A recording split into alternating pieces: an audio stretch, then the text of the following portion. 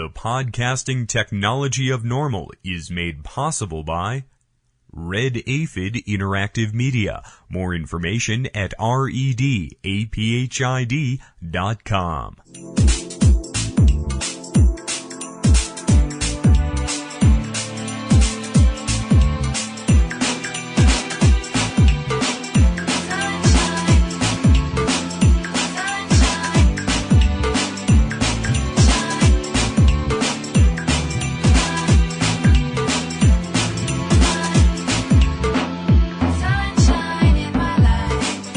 And distributed by the National Organization for the Reform of Marijuana Laws in Washington, D.C.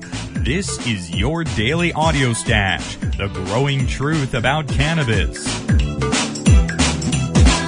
Welcome to the most popular audio podcast regarding marijuana in all of America and all the world, featuring interviews with scientists, politicians, doctors, prohibition policy activists, regular cannabis consumers, musicians, and NORML staff and NORML's board of directors, along with music and comedy no other podcast can offer. You can always find out more about the show at our website, NORMLAudiostash.com. We're ending marijuana prohibition with education, one listener at a time.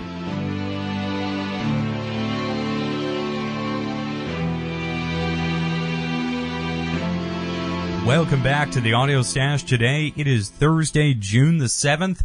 I'm your host, Chris Goldstein. Take a moment to join us at NORML to end marijuana prohibition in America. We can do it together. Just visit NORML.org to get involved today. Joining us on the Audio Stash today is one of the foremost figures in the marijuana law reform movement, Dr. Lester Grinspoon of Harvard University. Grinspoon is Professor Emeritus of Psychiatry at Harvard and author of numerous books on marijuana. He's offered expert testimony in front of Congress, numerous state legislatures and courtrooms, as well as to filmmakers and the media. Grinspoon's relationship with NORML stretches back to the foundation of the organization in the early 1970s when the Schaefer Commission was meeting. It's a great privilege to have him here on the program as a guest. We'll have part one of our interview with Dr. Grinspoon today and part two tomorrow. Dr. Lester Grinspoon, welcome here to the Audio Stash today. My pleasure. It's wonderful to speak with you. Doctor, you've authored some of the earliest modern books regarding marijuana. Tell us how you first got involved with researching and writing about marijuana. Well, it's a strange story. Right after my residency in psychiatry at Harvard, became a young faculty member, and my first research project was one on schizophrenia, a very large 7-year study of schizophrenia. And we were writing it up as a book. That is, I was the senior author, and I had two other authors. The deadline for manuscripts, before we arrived at that, I was told by one of the fellow authors that it would be a 2-month delay in his getting his manuscripts in before I could put the book together. So suddenly I had a block of time that I had not expected. And I was very concerned about this dangerous drug, marijuana. This was in 1967, and I felt, well, I'm going to go over to the Harvard Medical Library and immerse myself in this literature and try and put together a reasonably objective paper on the science of the thing and see if I could get it published in a vehicle which would reach a lot of young people. And maybe that would help those young people who just couldn't believe or didn't pay any attention to what the U.S. government was saying about it, or organizations like Partnership for Drug-Free America and so forth. What happened was that I discovered that I had been brainwashed like just about every other citizen in the United States. That marijuana was far less harmful than either alcohol or tobacco, and that the harmfulness from it came not so much from any inherent psychopharmacological property of the drug, but from the way we as a society were treating it, namely arresting at that time about 300 to 350,000 people a year. Now, of course, it's up to 800,000. This paper was originally published as an 80-page paper in the International Journal of Psychiatry, now defunct. But I was unable to get a smaller version of it published in a popular journal when the editor of Scientific American called me and said, I'd like to have a shorter version of that for Scientific American. And indeed, he put it right at the top of the list. It was published in '69, I think it was, and it attracted an awful lot of attention. My wife and I were listening to the 11 o'clock news, and we heard Harvard professor says marijuana not very harmful and urges legalization on the news. And with that, to make a long story short, I was approached by a couple of presses and finally decided to go with Harvard University Press and, write a book. I figured I'd become so interested in the subject that, and this is the first book I had ever undertaken. And so that's how Marijuana Reconsidered was conceived. And I worked on that book for long and hard. And I became convinced that not only was it a remarkably non-toxic substance, but there are lots of things about it that I personally was interested in, and frankly would have started to experiment personally with it at that time. It was published in 1971, received a front-page Sunday review in the Times under the title "The Best Dope on Pot So Far." It made a splash. But I decided for that reason I shouldn't start smoking because I anticipated, correctly as it turns out, that I might be testifying before various committees and courts and so forth, and the question would inevitably be asked, "Doctor, do you smoke marijuana?" And I wanted to be able to say that I had never smoked it. But that resolve collapsed about a year and a half after the book was published, and I have been using it ever since, which means that I've been using it over a third of a century now. Doctor, your work is really focused on two things, schizophrenia and then marijuana. We see those two things in many current research articles sort of coming together. How have those topics evolved, do you think, since your work first began? Well, I think that, as the government's case for the toxicity of marijuana has collapsed, all of the things which I looked at in researching Marijuana Reconsidered, that it led to violence and rape and loss of brain, all of these awful myths that had been propagated ultimately by the United States government have fallen apart, and so I think now there somehow is a way in which looking into this becomes subverted, and so you get papers that say that try to prove that people who are young will become who use marijuana will become depressed later in life. To me, that's so silly. Or that it causes schizophrenia. Now that is, there are effects on. There are reasons why schizophrenic people perhaps should not use cannabis, but on the other hand, you could look at an article published in the journal Psychotherapy, I think it was, that collected data that recidivism, as far as rehospitalization is concerned, schizophrenic patients is reduced by schizophrenia. It's hard to say anything about whether those people should use it or not use it.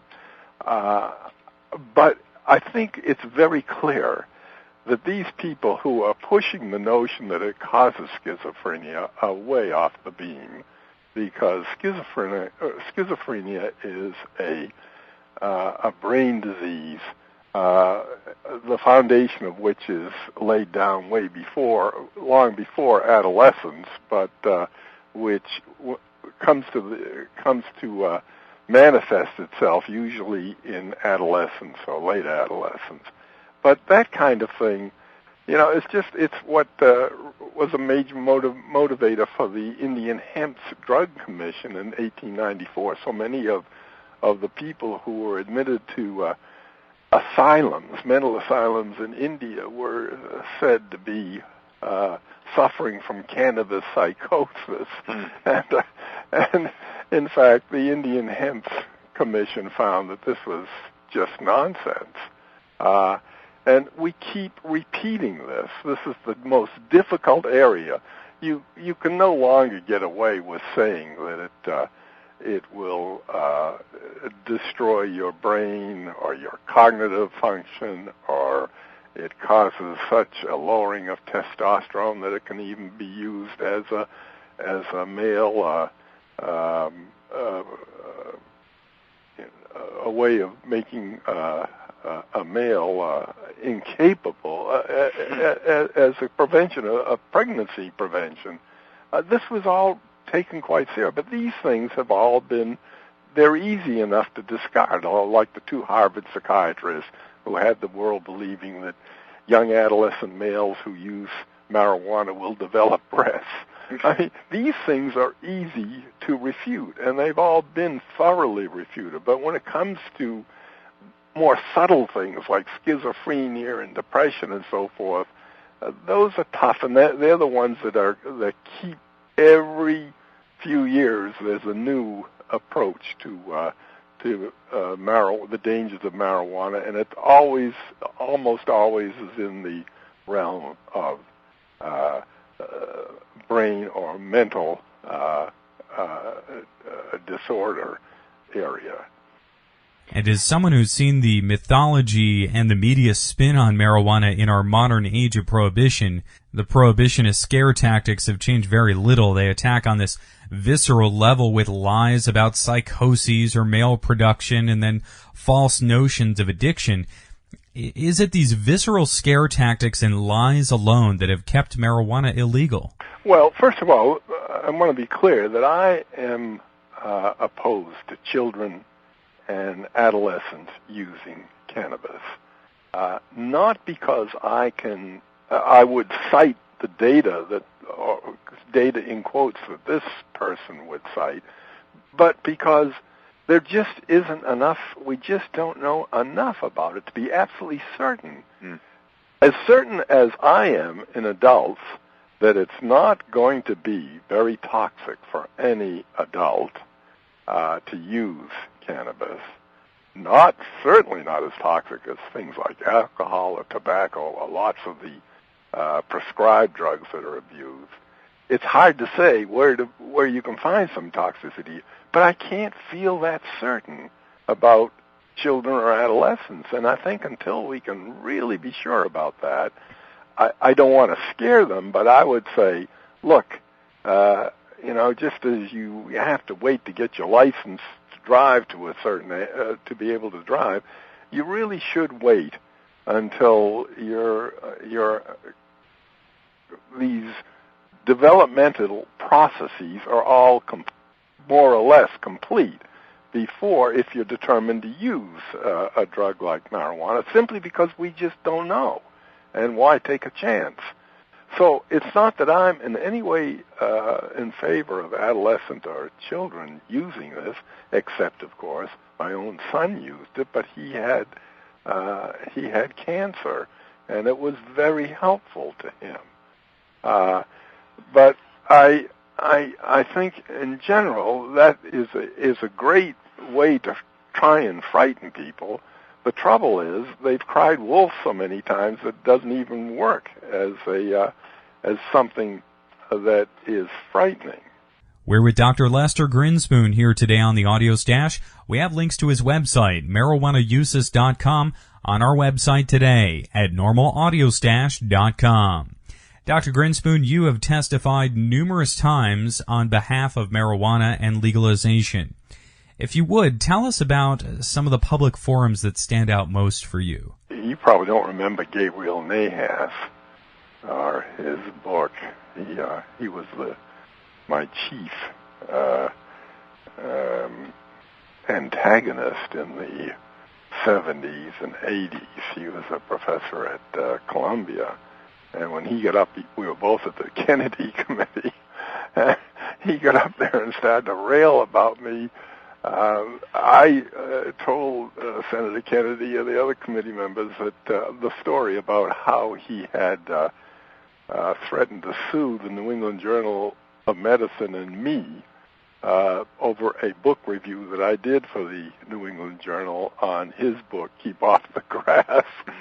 Threatened to sue me for $1 million, which in those days was a lot of money. Incidentally, the New England Journal of Medicine caved into him and published a new review, which was just as horrendous as, just as critical as mine was of his book.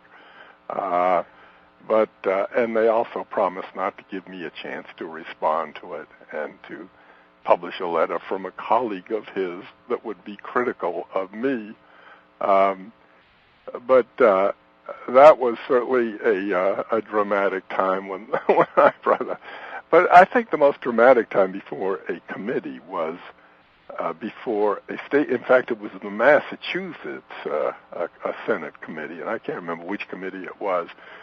But by this time, I had testified before many federal and state committees, and sure enough, a senator in whom it was clear that he was hostile to my position, said, and this was about a year and a half after Marijuana Reconsidered had been published, he said, "Doctor, have you ever used marijuana?" And I said to him, "Senator, I'll be glad to answer that question, but would you tell me first whether if I answer affirmatively, it will make me a more or less credible witness in your eyes?" Well, he stood up and said at me, "You, sir, are being impertinent." And he walked right out of the hearing room. So when I got home that night, I said to Betsy, "Look, the time has come. The waiting is over. Let's try it." And so many of my friends had used it. Carl Sagan, who was a very close friend of mine, was suggested that now that I had satisfied myself that it wasn't very harmful, why wasn't I using it and so forth. And we'd go to these parties in Cambridge and people would say, would always offer us marijuana, and we would decline. In fact, a couple of times people had said to me, "What?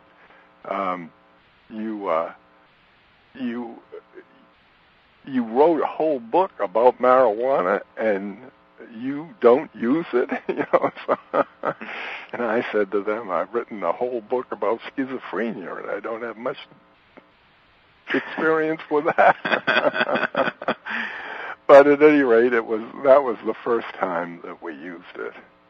And in fact, I had an unusual experience there because both of us said, "What's all the fuss? This doesn't affect us at all. There's nothing to it."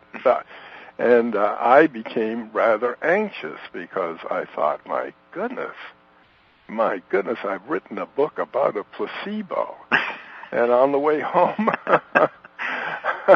Betsy reminded me that I had pointed out in the book that most people don't get very far the first time. That, in fact, mentioning Carl Sagan, it wasn't until his sixth attempt that he actually got high.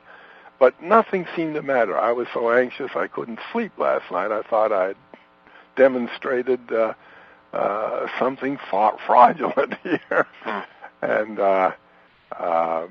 it wasn't until later that I realized, much later, that I'd realized that I'd had a kind of psychoactive effect, but it was an anxiety effect. I was very anxious that night about the possibility that I had done something which would be seen as fraudulent. At any rate, subsequent experiences were not the second, but the third one. I knew that I had become high because while my boys were always telling me to get my head out of the Baroque and listen to the Beatles and Grateful Dead and so forth, I never was very interested in this music, although it was always on what was called the hi-fi at home, and until this night, again, it happened to be in Cambridge when the third time we were offered it, and I heard Sgt. Pepper's Lonely Hearts Club Band for the first time in all the times I had actually physically heard it. It really came through, and that was the first clue that I had finally gotten there. And if you don't mind, let me ask how you use cannabis today. Do you use a vaporizer? I was one of the first people to use a volcano, and people have sent me, I have a whole a long shelf of various vaporizers that people have sent me because, they'd like to know my view of it.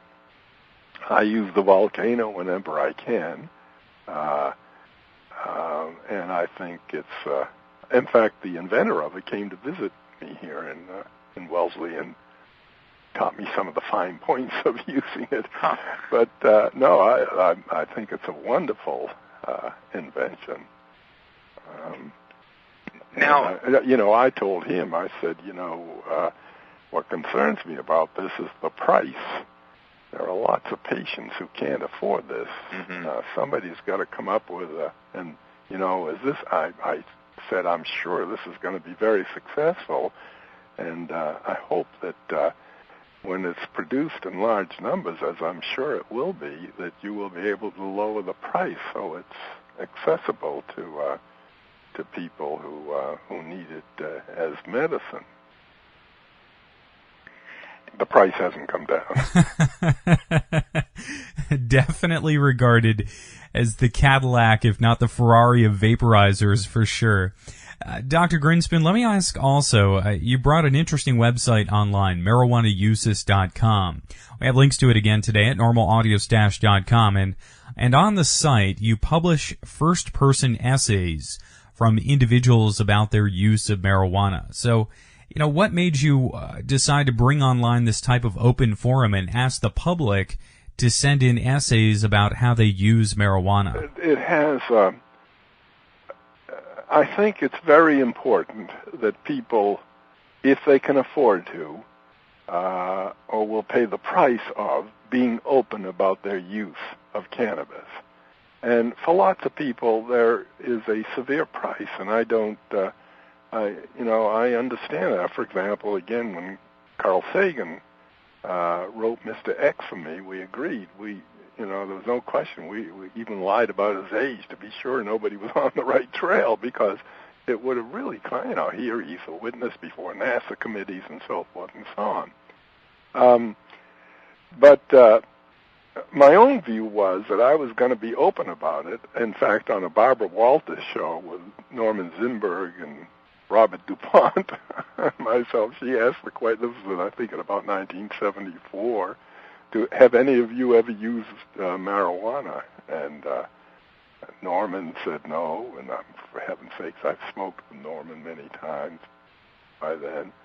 And DuPont, who I've never smoked with, but I knew he had smoked, said no. But I decided to say, I'd always been open about it then, and I was open on a national show, and that's partly because I think that even then I understood that until people got over the stereotype that the pot smoker was some kind of a loser and couldn't do anything useful in society, until they understood there were people who were quite serious about their work and life and so forth and so on who used cannabis.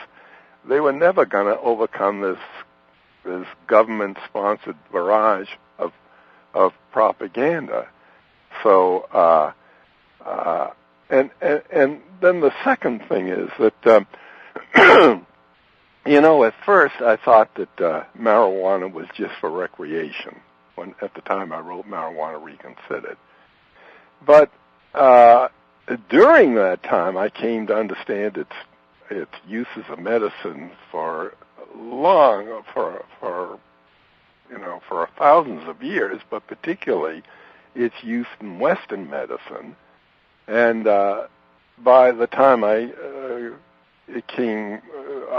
organized that website, I knew that in addition to recreation and medicine, there was another usefulness of cannabis, and that was as what I have called the enhancement use. That is to say, the cannabis is not just for fun and not just for medicine, but it can enhance a lot of experiences that human creatures have.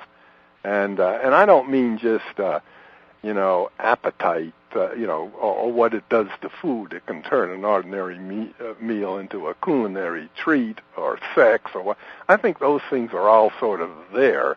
I mean, people who learn to make use of it for creative purposes, for writing or painting, or just philosophical purposes, or seeing of helping them or helping them to see the natural world and so forth. This I call enhancement. And so the purpose of the site was to help people see this side of it, that there was something else beyond fun and medicine that contributed mightily to, and these are people who have experience that and are willing to share it. Some of them use their names, others want to do it anonymously for very good reasons, but the fact that so many will use their names is I think important to our ultimate goals of freeing this remarkable substance from this terrible prohibition and all that is derived from that prohibition. We're with Dr. Lester Grinspoon, Professor Emeritus of Psychiatry at Harvard University and author of numerous books on marijuana. His website is marijuanauses.com. We have links to it at normalaudio-stash.com. We'll have part 2 of our interview with Dr. Grinspoon in tomorrow's Audio Stash. Hello, this is Webb Hubble. Life insurance is now available for responsible marijuana smokers. For years, responsible marijuana smokers have not been able to access affordable life insurance products. They've been forced to lie on applications, forego the health benefits of responsible marijuana use, or purchase life insurance products that did not require an application or a physical. If they were honest about their use of marijuana, they were either flat out declined or rated so high that they could not afford the coverage they needed. No longer. Recently, one of NORML's members contacted them with a problem.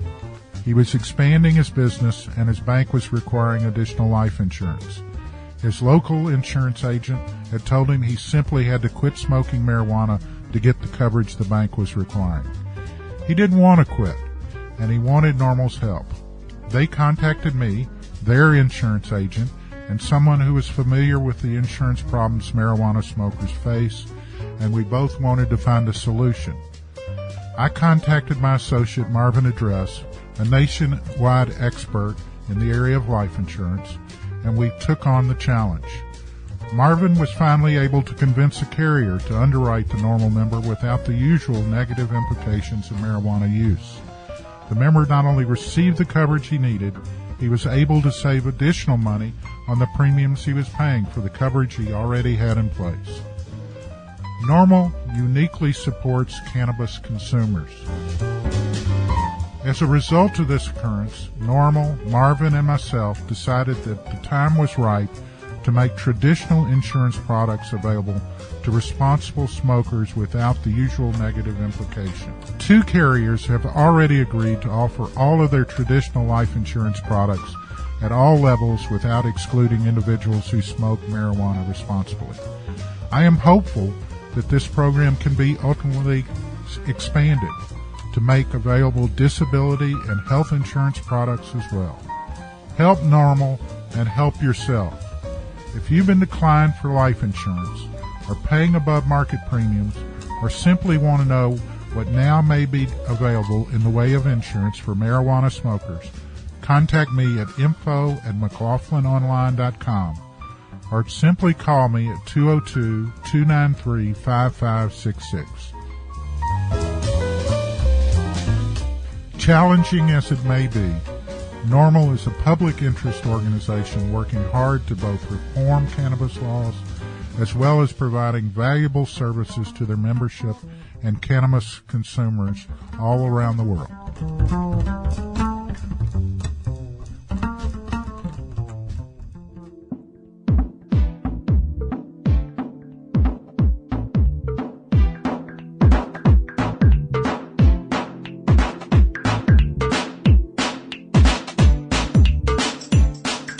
Listening to NORML's Daily Audio Stash, the growing truth about cannabis.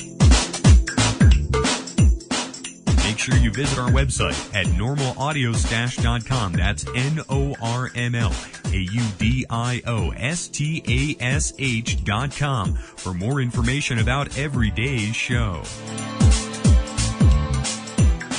I'm your host, Chris Goldstein. Thanks for listening today. See you at 4:20 tomorrow.